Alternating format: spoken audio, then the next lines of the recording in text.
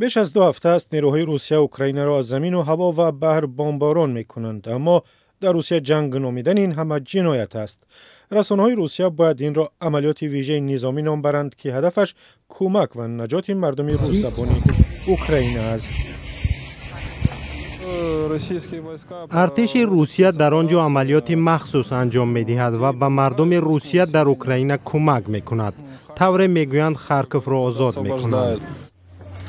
این خرابی ها در مرکز کیف است. بناهای استقامتی بمباران شدند، دانشگاه هم از بین رفت. نظامیان اوکراین هنوز شهرها زیر نظارت دارند. عین وضع در شهرهای دیگر است. بیش از 2 میلیون نفر برای نجات جان خود از اوکراین گریختند.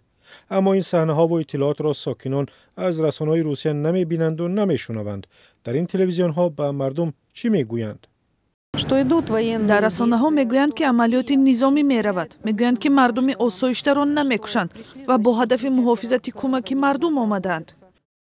در حمله های روسیه خانه های مردم، مکتب و بیمارخانه ها ویران و ولنگار شد. این تولدخانه در شهر بندری ماریوپول در نتیجه حمله هوایی روسیه ویران شد و 17 نفر زخم برداشت. و اطلاع سازمان جهانی تندرستی تا روز 9 مارس در اوکراین به 18 مؤسسه طبی حمله صورت گرفته است. از زمان حمله روسیه ساکنان در دریافت غذا، آب و داروباری در اوکراین مشکلی می‌کشند.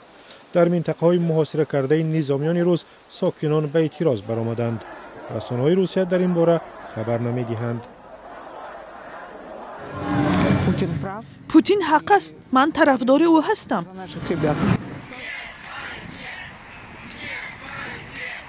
برخی از ساکنان در خود روسیه دلیرانه ضد جنگ در اوکراین تظاهرات کردند.